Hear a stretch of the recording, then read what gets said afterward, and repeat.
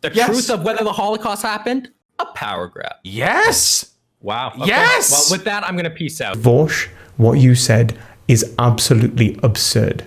What you have done is created a realm of epistemic anti-realism in which anything can be asserted as equally true to anything else.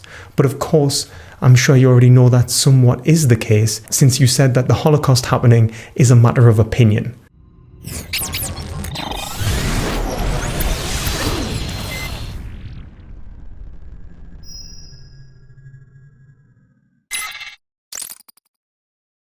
Hello everyone, and welcome to another episode of Perspective Philosophy, where we try to better our perceptions of the world through philosophical discussion. So, this socialist rejects socialism to defend eating animals, and it's none other than Vaush and his career built on defending socialism. So, let's get into the video. Vaush recently had a debate with Vegan Gains and Rem the Bath Boy. And that's what we're going to be discussing in today's episode. In both cases, he denied his moral responsibility towards the consumption of animal products. Instead, he tried to use capitalism as an excuse to consume animals, rejecting his own moral agency no less. This is problematic for a socialist on so many levels that I'm going to have to break it down bit by bit. I myself am a socialist and find this very disturbing.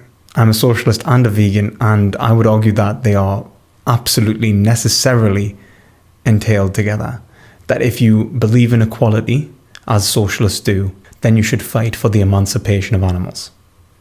So Vaush's argument is to make all consumption equal under capitalism. I believe that people shouldn't be held responsible for their consumptive decision-making in the same way that I wouldn't impugn you for wearing clothing made by slaves. I wouldn't have you impugn me morally for eating the corpses of animals. When it comes to the consumption of commodities, I feel like there's a threshold of distance between us and the actual act of immorality that insulates us from being considered morally required to boycott those industries. And in the same way, right now, you and I are both wearing clothing that no doubt came from some unethically sourced location, but we're not having a conversation right now about why we think it's okay to wear these clothes as leftists when we recognize that global capitalism exploits the poor. So as you can see, Vaush's primary defense is to make equal all consumption under capitalism.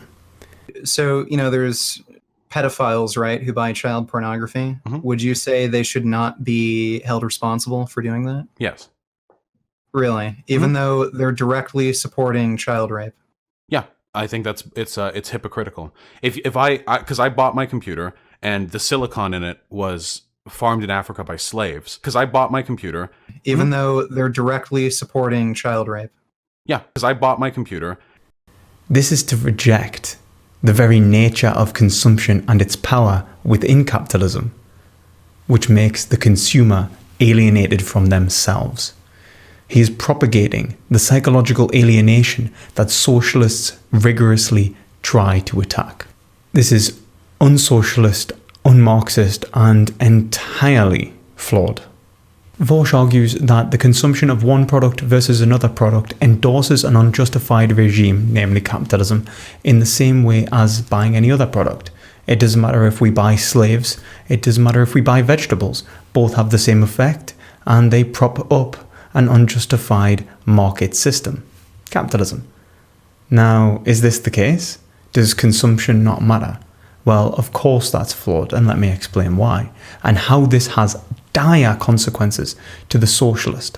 So what I'm arguing here is that Vaush's notion of all consumption being equal under capitalism is essentially a bourgeoisie notion of consumption, in which individuals are divorced from their moral agency and placed in a social Darwinism, fulfilling their desires and whims in a market that resembles a jungle.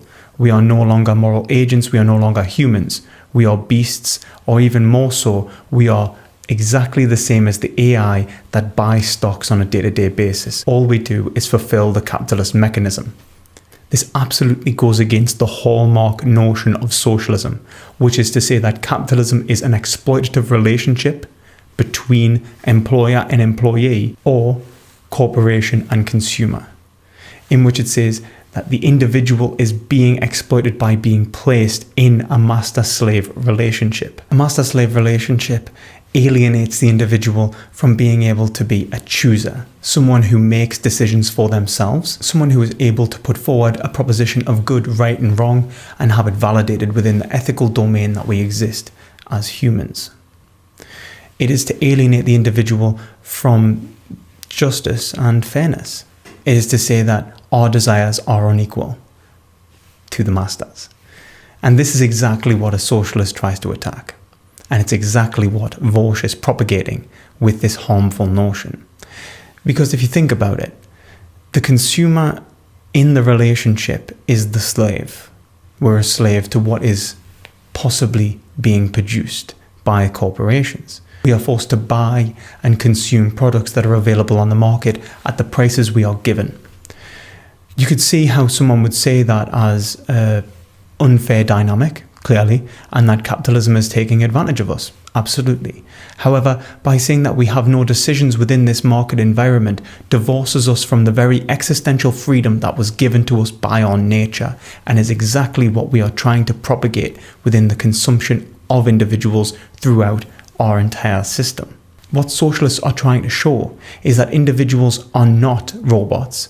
Don't give yourselves to brutes, men who despise you, enslave you, who regiment your lives, tell you what to do, what to think, and what to feel, who drill you, diet you, treat you like cattle, use you as cannon fodder. Don't give yourselves to these unnatural men with machine minds and machine hearts. You are not machines, you are not cattle, you are men. You have the love of humanity in your hearts. We can think and feel and understand just the same as any corporation or capitalist class member. The fact of the matter is that what we are trying to inspire within an individual is the capacity to have social responsibility, to have social culpability and the ability to exist as master of themselves rather than in this unfair dynamic. Now, what Vaush is trying to say is that this is impossible unless we attack the system at its root, namely the relationship between employee and employer. But how would that change our mode of consumption? What he is saying is that all of our consumption is equal simply because it's given us by the capitalist class. But our consumption is not equal because it is given to us by the capitalist class. Our consumption is unequal precisely because we aren't making the decision of what to consume in the first place, even within this market environment. How do we expect people to be able to take responsibility for themselves and culpability for their actions if they can't even do it if they are only given 3 different choices? The point I am making here is one that reflects the maturity necessary for the condition of freedom. Freedom is not simply being unrestricted or uncaused. Freedom is both simultaneously the capacity of self-discipline, the capacity of self-control, and the application of reason. But it comes through practice and it comes through having to take responsibility for one's own actions and the consequences which ensue. The only way that an individual can gain that kind of responsibility and culpability is through attempting to be free. Until that point, the individual is treated as an infant, incapable of making mature, rational decisions, and of course not culpable for their actions. So how do we expect them to become free? Kant made this point specifically in relation to the French Revolution, defending it, saying that freedom is the prerequisite for the maturity of freedom. Rosa Luxemburg, a Marxist from the early 20th century, makes this point very well, and I managed to pick this quote up from Chomsky's On Anarchism. A true social revolution requires a spiritual transformation in the masses degraded by centuries of bourgeoisie class rule. It is only by expiating the habits of obedience and the civility to the last root that the working class can acquire the understanding of a new form of discipline, self-discipline, arising from free consent. My point is that the individual who cannot choose between one or another rational decision when only presented a multiple choice question is certainly incapable of the numerous possibilities that would ensue from radical freedom. What we have is perhaps a limited set of choices, with all having negative consequences. That may be true. The consumption of animal products under capitalism is perhaps the worst, and plant products under capitalism is perhaps better, but still exploitative towards those farmers and individuals who are being used as means to an end by the capitalist class. I'm happy to accept that.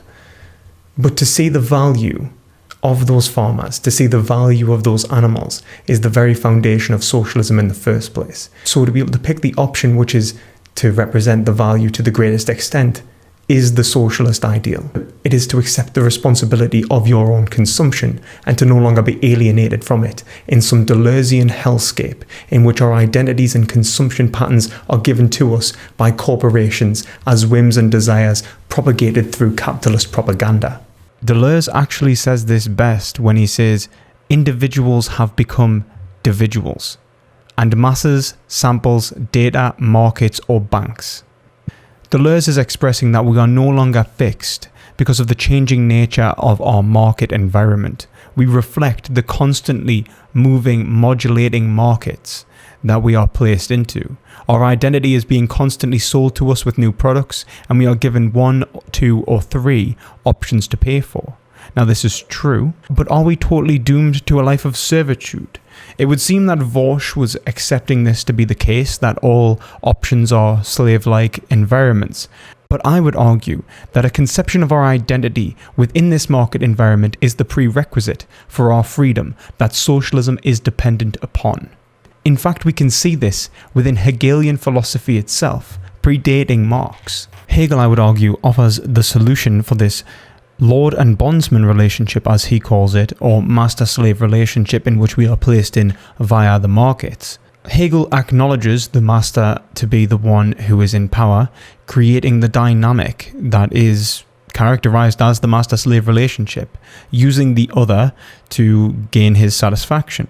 However, by this usage, he still acknowledges the bondsman as an identity that is produced, and so the bondsman can then associate themselves, whether it's in their subjugation or not, with this identity.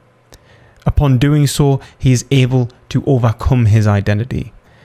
Hegel says, equally, the lord relates himself immediately to the thing through the bondsman. The bondsman, qua self-consciousness in general, also relates himself negatively to the thing, and takes away its independence. But at the same time, the thing is independent vis-a-vis the bondsman, whose negating of it therefore cannot go the length of being altogether done with it to the point of annihilation. In other words, he only works on it. For the lord, on the other hand, the immediate relation becomes through his mediation the sheer negation of the thing or the enjoyment of it. In other words, the master owns it and its negation is his property, whilst the bondsman acknowledges its negation as the negation by the lord, as having its property. What desire failed to achieve, he succeeds in doing, namely to have done with the thing altogether, and to achieve satisfaction in the enjoyment of it. Desire failed to do this because of the thing's independence, but the lord who has interposed the bondsman between it and himself takes to himself only the dependent aspect of the thing and has the pure enjoyment of it. The aspect of independence he leaves to the bondsman, who works on it. Hegel acknowledges that this one-sided freedom, quote-unquote, is not freedom at all. In fact, he would say that this is precisely unfree, which is why the independence of the object is left up to the bondsman. In fact, what he would say is that the next stage of cognitive thought requires the individual to perceive the common nature of the object, to perceive each other as having the capacity for ownership, as a necessary feature of our freedom. And so both are enslaved. However, as Hegel later says, the slave enslaves themselves. It is only through understanding oneself as a slave is the bondsman truly enslaved. But accepting themselves as the bondsman, they can understand their relation to the object, which ultimately allows them to see the logical inconsistencies within their position. Hegel goes on to say, through work, however, the bondsman becomes conscious of what he truly is.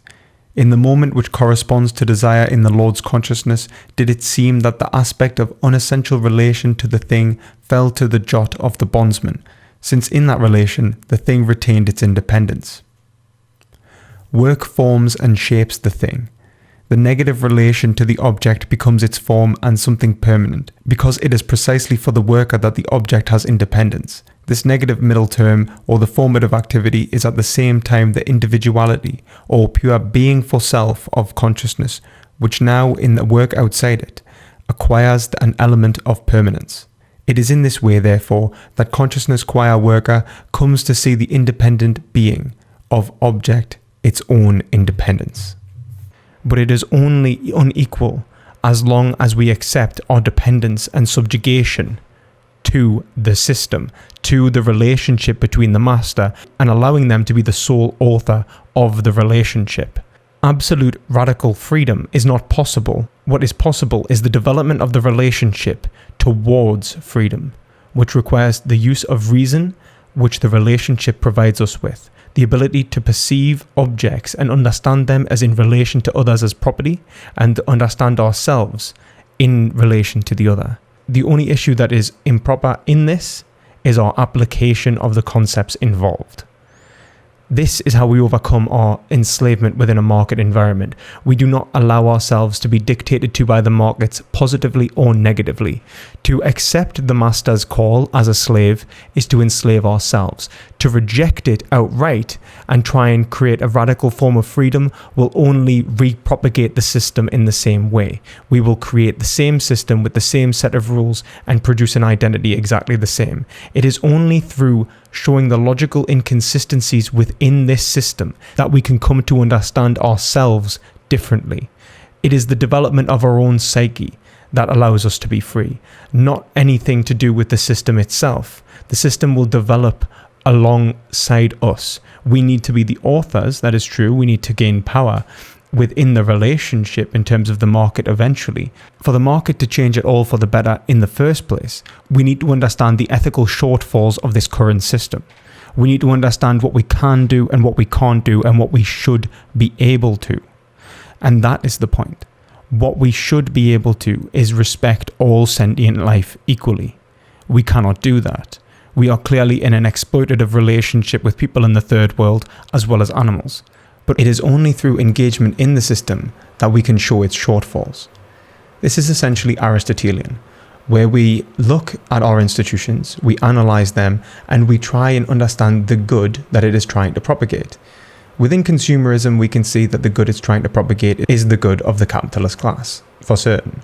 But it's also the good of the consumer in the sense that the consumer is trying to satisfy their desires. So what we need to understand is whether this is actually being achieved, internal consistency, and whether these desires ultimately correspond with the greater good of the society and people as a whole, desire itself, simpliciter. And if we do this, we will come to see that there is shortfalls within the system, that the system doesn't consider desire simpliciter, that it rejects the needs of the many for the needs of the few. And we will also see that there is means in the system to respect value to a greater degree. But until we understand value and how to respect it as a whole, and until we are attempting to do so by acting ethically, we are not engaged in social reform. We are not engaged in social revolution, and we are not socialists. So, in order to reject this identity that we are given by this capitalist class, we have to take responsibility for how we behave. We have to not allow our essence to be given to us and to accept ourselves as the chooser, as the one who makes the choice of what to consume and when to consume it. In which case, we will find an ethical quandary, we will find a dilemma, same as with anything under capitalism, and we will be forced to confront the system, the very thing that socialists want us to do. The very thing that I as a socialist want individuals to engage with is to accept their ethical responsibility and to see that it's being hindered by capitalism, but not entirely destroyed. To allow our agency to be totally overcome is to deny the very responsibility we have to overcome these institutions, is to deny the very reasons and the bedrock of socialism itself. Because now I'm given a futile scenario where I'm no longer a moral agent. I'm no longer someone who has the capacity to make moral choices, to accept the culpability for my actions. I'm no longer someone who constructs their own identity. I'm given my identity by the capitalist class. How can I fight what I am? But you're not what capitalism determines you to be. You are a free individual who can make choices upon consumption, who can make choices of who to vote for and why you vote for them. You can make choices in many different regards within our system, and you can choose to fight the system itself. That's the point. Moreover, Vaush seems to be promoting a revolutionary ideal, that we are incapable of having an identity free of a capitalist class in any way, shape or form until we seize the means of production. This is absolutely false, and funnily enough, ends up undoing the very thing it tries to bring about. The greatest example would be the French Revolution. Those who rebelled in France ended up creating the Reign of Terror, in which mass murder was committed because they didn't know how to bring around democracy, in which they eventually created another hierarchical system which was undemocratic. Why did they do this? They did this because they destroyed the very institutions which gave them the reasons to revolt. This is exactly what would happen. The contemporary socialist instead would argue for something in which we accept our institutional responsibilities and our culpabilities within the system to show how the system comes to contradiction, how the institutions are inadequate to represent the full complexity of human life. This is exactly what ethical consumerism does, because as we see that the more ethical we try to be, the more the system hinders us, the more we are forced to confront the system and change the system from within. That is why socialism and veganism work hand in hand. With ethical consumption, we can challenge the implicit unfairness within consumer behavioral patterns, within consumer choices, within the limited choices we are given. We can challenge who decides our identities and why. We can challenge what is being promoted and what is being seen as acceptable and normal. We can challenge the institutional environment from within. But of course, all of this is nothing compared to what he goes on to say. In fact, I thought this was terrible enough, but then he goes so far as to say that truth itself is subjective, that the only reason that we adhere to arguments is because of aesthetics, is because of desires. I mean, I think it would be arbitrary insofar as we would have to disagree on, like, the meaning of truth, but I think that most people have subscribed to the idea that truth means something that can be empirically verified. If a person disagreed with that, I would have to kill them.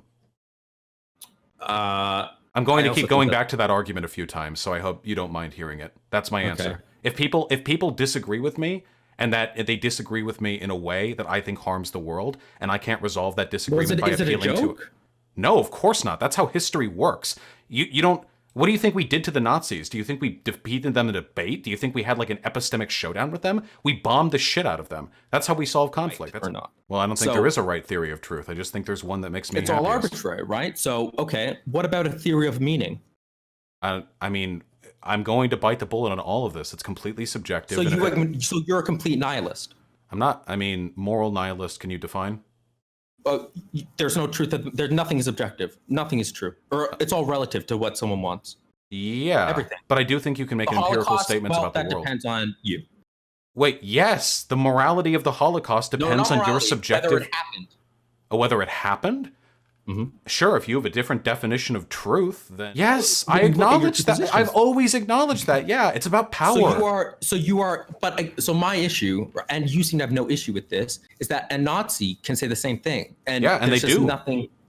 Right. Yeah. So but does it not bug you to admit that you're just as justified as a Nazi? No, not even slightly. I don't think you can make moral truth statements. What I can be is stronger than the Nazi, and that's what I'm working on. That's why I try to grow my channel, so I can out-influence them. But can I truly justify, can I truly say empirically that the way of the universe dictates that it is right to bring about egalitarianism? That is not something I feel comfortable doing. Nor can you say comfortably that the Holocaust happened. I can say that, actually. How can you say that if the truth of that is dependent because on your any person who would disagree with that is the sort of person who I would seek to bully out of discourse through force, and I would be more interested. Anyone who disagrees with you ethically should die. How many times do I have to repeat this? If they have if they have huge presuppositional differences with me on ethics and what is and is not good, then yeah, that's how history has worked. Obviously, I don't care. It's not a matter of absurdity. It's how the world works. I think it's a fact of the world. I don't think you can empirically justify any of this. All of history and all of thought is just power grabs between people who can decide subjectively whether or not their positions are better than others. Power grabs. Unironically, wow. In some cases, the truth of whether the Holocaust happened, a power grab. Yes. Wow. Okay. Yes! Well, with that, I'm going to peace out. Well, is the same true about fascism, capitalism? Are we all just competing aesthetic ideals? It seems to me that Vaush has lost the very meta-narrative of socialism by projecting such a postmodernist ideal. He is promoting something which absolutely contradicts the bedrock of socialism, which is the ethical inequality as being unjustified. He's saying that the fascist isn't wrong, they just feel a bit different. He's saying that the socialist isn't right in saying that the dignity of humanity is being subverted by the capitalist system. What he's really saying is that all that matters is how you feel. And I think that's implicit within his actions. He says that he doesn't give to charity even though he can. He says that none of his consumption matters even though it does. And he also goes on to say that it's okay to hurt people who have varying political views. He's in a state of constant war with other agents, a battle of egos, if you will, and that's all his channel seems to be about.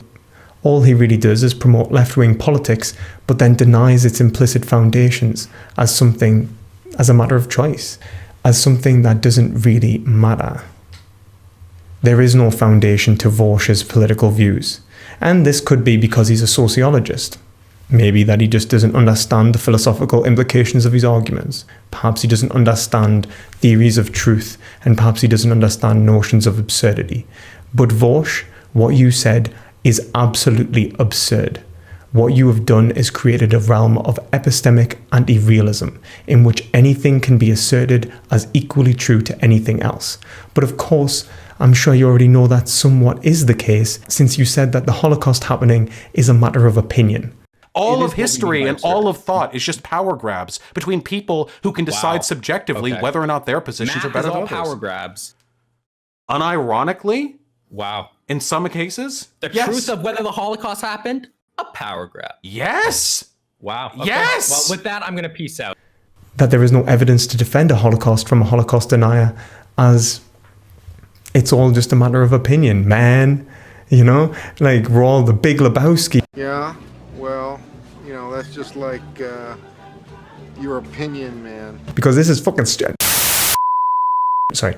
What you've left us with is an absurd world in which none of the meta-narratives of socialism actually apply. There is no concept which actually obtains truth, and truth does not exist, which means socialism and its telos cannot be fulfilled because it's meaningless.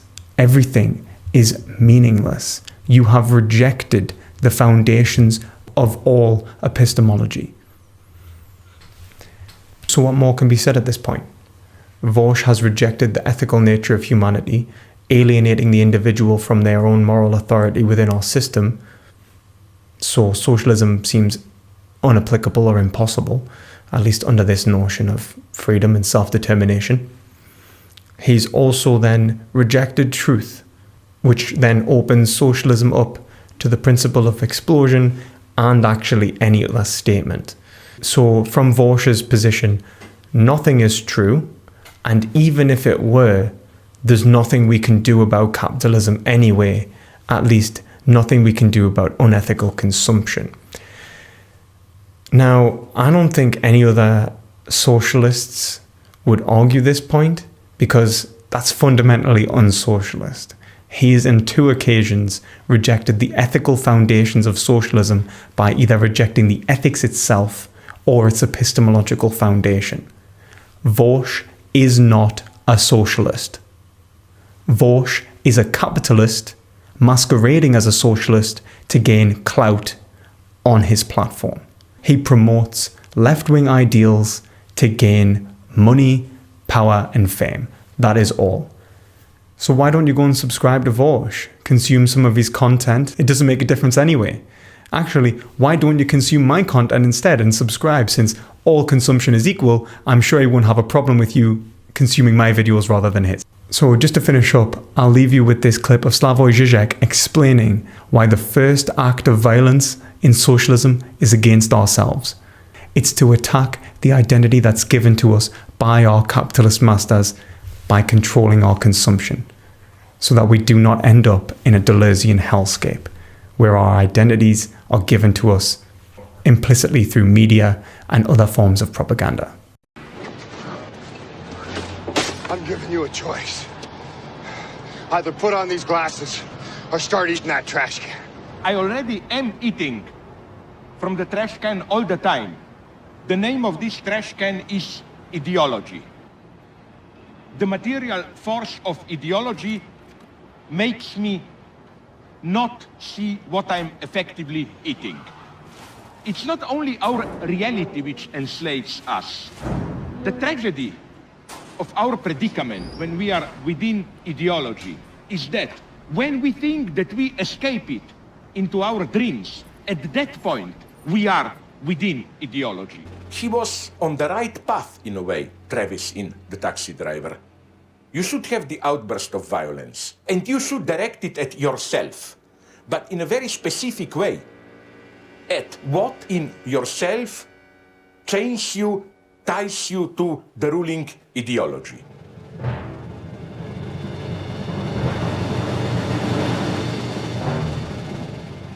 Within the film, you seem to use his suicide as an example of what people should be doing, and people should be violently ripping themselves apart from the ideologies. Yeah, but you have more intelligent ways to do it. Like my favorite example here from Fight Club. You know when he confronts his boss and then starts to beat himself. This is a much more painful, shocking scene than if he were to attack directly the boss. This is a better example, I think. If you want to do critique of ideology, if you want really to get free, first you have to beat yourself. I am Jack's smirking revenge.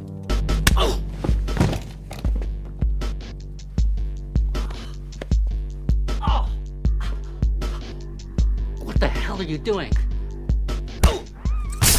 Ideology is not only the world we live in, but especially the wrong ways we imagine how to escape. There, precisely when you dream how to escape from reality, you just reproduce the same world. Thank you all for watching. If you enjoyed this video, like and subscribe, and as always, try to gain some perspective.